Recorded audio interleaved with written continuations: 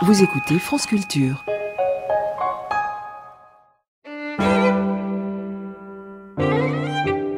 Voici maintenant une Essistaxit, c'est-à-dire une enrichissante conversation avec l'incontournable Simone C'est moi. sur les tenants et aboutissants du génie scientifique et de l'invention technique. Tu sais, Simone, car nous en avons souvent parlé, que je suis très sensible à la question de la possibilité pour un inventeur, homme ou femme naturellement, de laisser son nom dans l'histoire. Oui, je sais. Tu es fasciné par massicot, poubelle, colt, macadam, diesel, ampère, barème, morse, watt, coulomb, Pullman, Pascal, Faraday, Braille et j'en passe. J'en passe, non.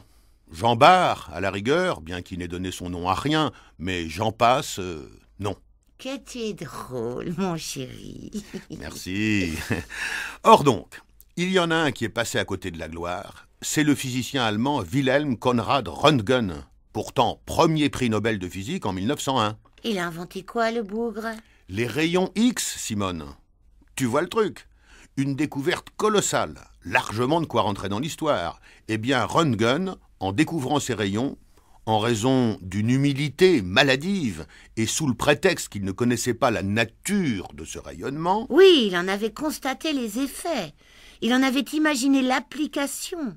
Il avait radiographié la main de sa femme en 1895. Mais ce n'est qu'après lui qu'on identifiera ces rayons comme des rayons électromagnétiques. Exactement. Donc, il découvre ces rayons magiques, il n'en connaît pas la nature, ils n'ont pas de nom puisqu'il vient de les découvrir.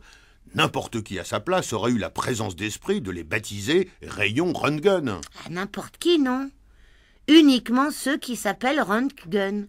Je n'imagine pas l'ingénieur Tartampion découvrant les rayons X et les baptisant rayons Röntgen.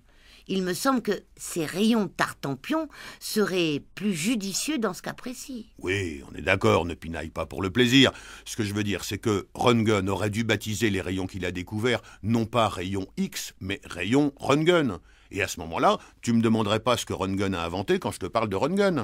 C'est vrai que cette appellation de rayon X, non seulement ça n'évoque pas du tout Wilhelm Röntgen, pas du tout, mais ça laisse même à penser qu'on ne connaît pas l'inventeur, et que c'est pour ça qu'on les a appelés X. Quel gâchis! Tu vois où ça peut mener, l'humilité. Tu comprends mieux pourquoi je n'en ai aucune.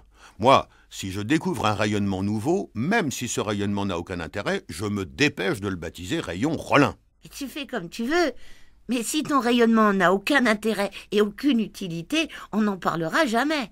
Et ton nom n'entrera pas dans l'histoire. Ça m'est égal. Je veux pas laisser passer l'occasion, elle est trop rare. Tiens, imagine, Simone, que dans 20 ans, un milliardaire un peu farfelu décide de créer une sorte de prix anti-Nobel.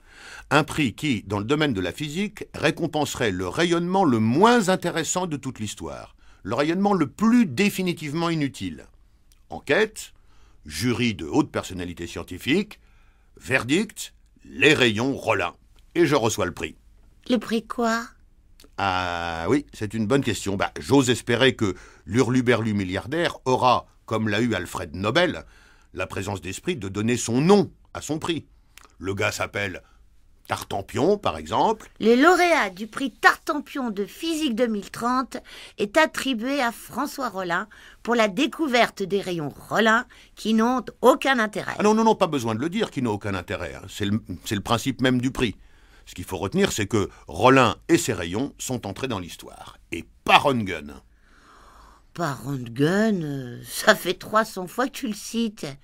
Il va finir par entrebâiller la porte de l'histoire, ton Röntgen. Bon, alors n'en parlons plus. Allons au cinéma. Voir un film X. Que tu es drôle, mon chéri.